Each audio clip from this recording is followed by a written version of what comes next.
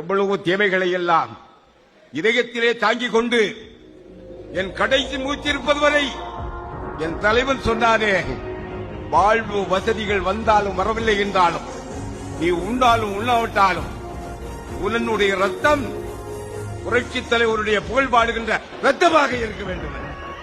அந்த உணர்வோடு இந்த இயக்கத்திலே இருக்கிற தந்தை பெரியார் மேடைகளே பேசிய 17 வயதிலே துவங்கிய இந்த தமிழ் மகன் உசேன் 87 வயதிலே உன்னை பாராட்டுகிறேன்.